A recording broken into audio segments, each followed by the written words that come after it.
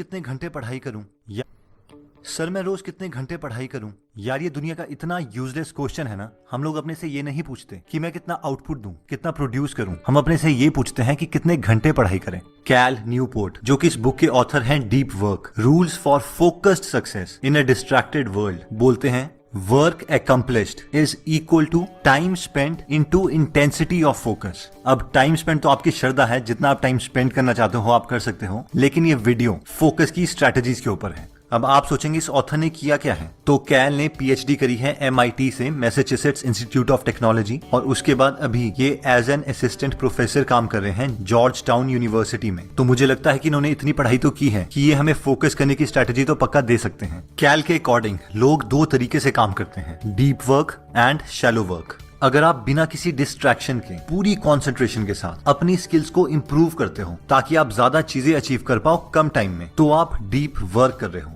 जबकि अगर आप ऐसा काम करते हो जिसमें आपका ब्रेन यूज नहीं हो रहा और डिस्ट्रैक्शन के साथ भी वो काम हो सकता है, तो आप शैलो वर्क कर रहे हो। फॉर एग्जाम्पल, अगर आप काम करते करते अपनी ईमेल्स चेक कर रहे हो, हर पुश नोटिफिकेशन पर रिस्पॉन्ड कर रहे हो, बार बार फेसबुक फीड्स देख रहे हो, तो आप शैलो वर्क कर रहे हो। कैल बोलते हैं कि आजकल के डिस्ट्रैक्शन भरी दुनिया में डीप वर्क करना बहुत ज्यादा रेयर हो गया है और इसीलिए ये स्किल बहुत ज्यादा वैल्यूएबल है, और फ्यूचर में जिसके पास भी ये स्किल होगी वो ही अपनी फील्ड में बेस्ट परफॉर्मर बनेगा, एक क्राफ्ट्समैन बनेगा। कैल बोलते हैं कि हमें डीप वर्क करने के लिए 4 चीजों का ध्यान रखना पड़ता है। पहला, सिंगल टास्किंग, दूसरा, जीरो डिस्ट्रैक्शंस, तीसरा, इंटेंस फोकस, और चौथा, एक्सटेंडेड पीरियड्स ऑफ टाइम। चलिए इन 4 चीजों को थोड़ा डिटेल में देखते हैं। रिसर्च बार बार प्रूव कर चुकी है कि मल्टीटास्किंग से आपकी अटेंशन कम होती है। जब भी आप टास्क ए से टास्क बी में शिफ्ट होते हो तो आपकी अटेंशन काफी टाइम तक पुराने टास्क ए पर ही रहती है, जिसकी वजह से आप टास्क बी पर पूरे तरीके से फोकस नहीं कर पाते। जब भी हम थोड़े टाइम के बाद सोशल मीडिया की नोटिफिकेशंस पर रिस्पॉन्ड करते हैं तो हमें ऊपर से ऐसा लग सकता है कि इससे क्या फर्क पड़ता है, बट एक्चुअल में आपका माइंड प्रोग्राम हो रहा है उस डिस्ट्रैक्शन की क्रेविंग के लिए। कभी आपने देखा है कि नोटिफिकेशन आती भी नहीं है, फिर भी आप खुद फोन उठा के उसे अनलॉक करके फोन में देखने लग जाते हो। ये एग्जांपल है आपकी माइंड की प्रोग्रामिंग का। इसके लिए कैल न्यूपोर्ट ने अपनी बुक में एक इंटरेस्टिंग स्टडी के बारे में बताया है। रिसर्चर्स ने पार्टिसिपेंट्स को कुछ पजल सॉल्व करने के लिए दिए। इनमें से आधे लोगों को, जिन्होंने अभी पजल सॉल्व नहीं किया था, उन्हें बीच में ही इंटरप्ट कर दिया गया और बोला गया कि आपको हमारे साथ चलना पड़ेगा क्योंकि आपने कुछ इंपॉर्टेंट डिसीजंस लेने हैं, और फिर इनसे लॉजिकल क्वेश्चंस पूछे गए। जबकि दूसरे ग्रुप को पजल कंप्लीटली सॉल्व करने दिया गया और बाद में उनसे सेम क्वेश्चंस पूछे गए। अब आप पूछेंगे इसका रिजल्ट क्या रहा। ऑब्वियसली जो लोग पजल को कंप्लीटली सॉल्व कर चुके थे उन्होंने उस टेस्ट में बेटर परफॉर्म किया दूसरे ग्रुप के कंपैरेटिवली, जिन्हें बीच में ही इंटरप्ट करके बुला लिया गया था, क्योंकि उनके ब्रेन में पजल से रिलेटेड रेजिड्यू रह गया था, जिसकी वजह से वो उस टेस्ट में परफॉर्म नहीं कर पाए। नेक्स्ट आता है जीरो डिस्ट्रैक्शंस। दोस्तों 2012 में एक रिसर्च की गई थी जिसमें साइकोलॉजिस्ट हॉफमैन और बॉमिस्टर ने 205 लोगों पर स्टडी करी, जिससे ये पता चला कि हम अपने आप को बार बार सोशल साइट्स और ईमेल्स देखने से 50% बार ही रोक सकते हैं। यानी हर 100 नोटिफिकेशंस में से आप 50 तो पक्का ही देखेंगे।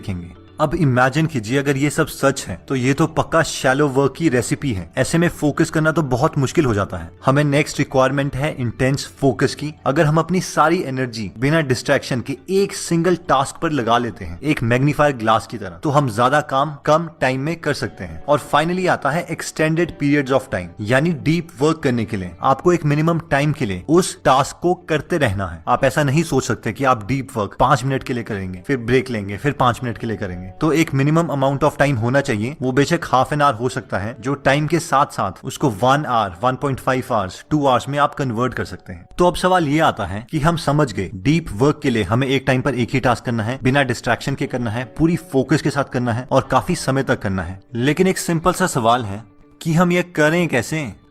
इसके लिए ऑथर ने 4 रूल्स दिए हैं, जिसमें रूल नंबर 1 आता है वर्क डीपली। कैल बोलते हैं कि अच्छी इंटेंशन से काम नहीं चलेगा। अगर आपको एक्चुअल में डीप वर्क करना है तो आपको अपनी लिमिटेड विल पावर को बहुत सोच विचार के खर्च करना पड़ेगा। डीप वर्क करते समय आपको हर डिस्ट्रैक्शन को अपने से दूर रखना पड़ेगा। अगर आप पढ़ाई कर रहे हैं तो उस वक्त आपके टेबल में ना कोई सेलफोन, ना कोई एक्स्ट्रा पेपर, ना कोई एक्स्ट्रा बुक होनी चाहिए, क्योंकि ये सारी चीजें आपको कहीं ना कहीं डिस्ट्रैक्ट करेगी। इसके लिए ऑथर बोलते हैं कि आप इन 4 फिलॉसफी में से एक फिलॉसफी चूज कर सकते हैं तो सबसे पहला तरीका आता है मोनेस्टिक अप्रोच, यानी सन्यासी की तरह अपनी हर चीज को त्याग देना जब तक आपको आपका गोल नहीं मिलता, चाहे वो सोशल वेबसाइट हो या फिर फ्रेंड्स। इस फेमस टेक्निक को यूज करके बहुत सारे लोग अपने गोल्स को अचीव कर चुके हैं, जैसे कि J.K. राउलिंग जब 2007 में हैरी पॉटर की फाइनल बुक लिखने जा रही थी तो उन्होंने पूरी की पूरी बुक एक होटल में अपने फ्रेंड्स फैमिली मेंबर से दूर जाके लिखी। वो कहती हैं कि बच्चों का चिल्लाना, टेलीविजन, कुत्तों का भौंकना,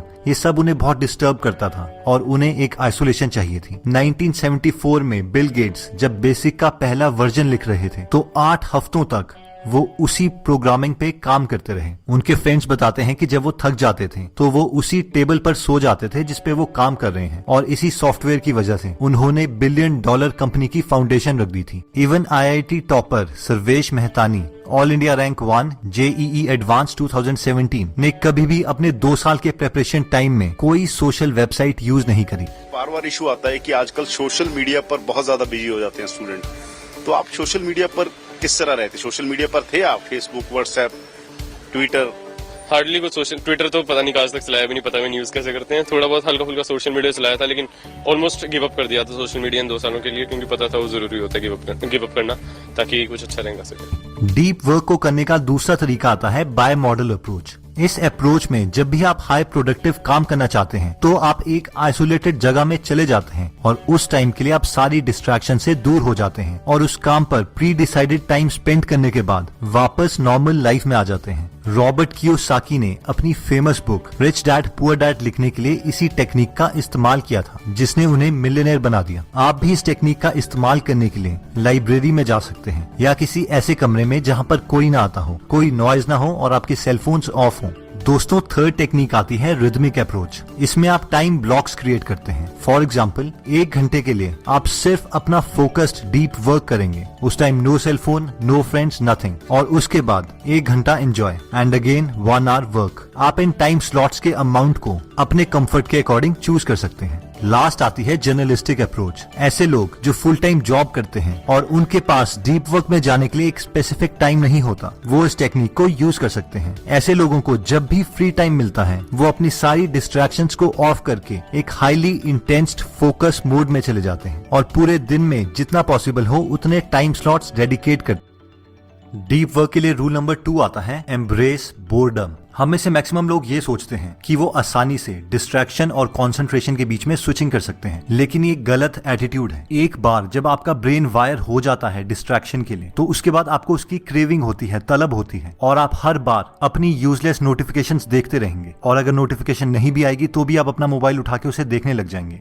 इस पर कैल बोलते हैं कि जब भी आपको क्रेविंग हो अपना मोबाइल देखने की या डिस्ट्रैक्ट होने की तो बार बार कॉन्शियसली अपने ब्रेन को अपने काम की तरफ फोकस करें। इससे धीरे धीरे आपकी डिस्ट्रैक्शन रेजिस्टिंग मसल्स बिल्ड होंगी और आप ज्यादा देर तक एक सिंगल टास्क पर डीप वर्क कर पाएंगे। इसलिए जब भी आप बोर होने लगे तो ऐसा नहीं होना चाहिए कि आप मोबाइल उठा के नेट सर्फिंग करने लगे। आपको अपने फ्री टाइम में भी डिस्ट्रैक्शन से दूर रहना पड़ेगा और अपनी विल पावर मसल को इम्प्रूव करना पड़ेगा। इसके लिए कैल बोलते हैं कि आपको पहले से ही प्लानिंग करनी पड़ेगी। आप अपना एक मॉर्निंग रूटीन बना सकते हैं जिसमें आप प्लान करेंगे कि आप पूरे दिन क्या क्या करेंगे। अगर आप सिर्फ इतना सा एक्स्ट्रा स्टेप भी कर लेते हैं तो आप अपनी मैक्सिमम डिस्ट्रैक्शंस अवॉइड कर पाएंगे। फॉर एग्जाम्पल, अगर आपको पता है कि जब भी आप किसी स्पेसिफिक रूट से जाते हैं तो वहां पे आपको फ्रेंड्स मिल जाते हैं जिनके साथ आपको घंटे बात करनी पड़ती है, तो आप पहले से ही प्लानिंग कर सकते हैं कि आप उस रास्ते से नहीं जाएंगे। इस तरीके से प्लानिंग करने पर आप अपनी मैक्सिमम डिस्ट्रैक्शन से बच सकते हैं। उसी तरीके से इस चीज की प्रैक्टिस कीजिए कि आप लोगों को जल्दी रिप्लाई नहीं करेंगे, यानी जब तक आपके फ्रेंड्स 3 या 4 मैसेजेस आपको कर नहीं देते तब तक आप उन्हें फेसबुक या व्हाट्सएप पर रिप्लाई नहीं करेंगे। उसी तरीके से हर फोन पहली बार में नहीं उठाएंगे।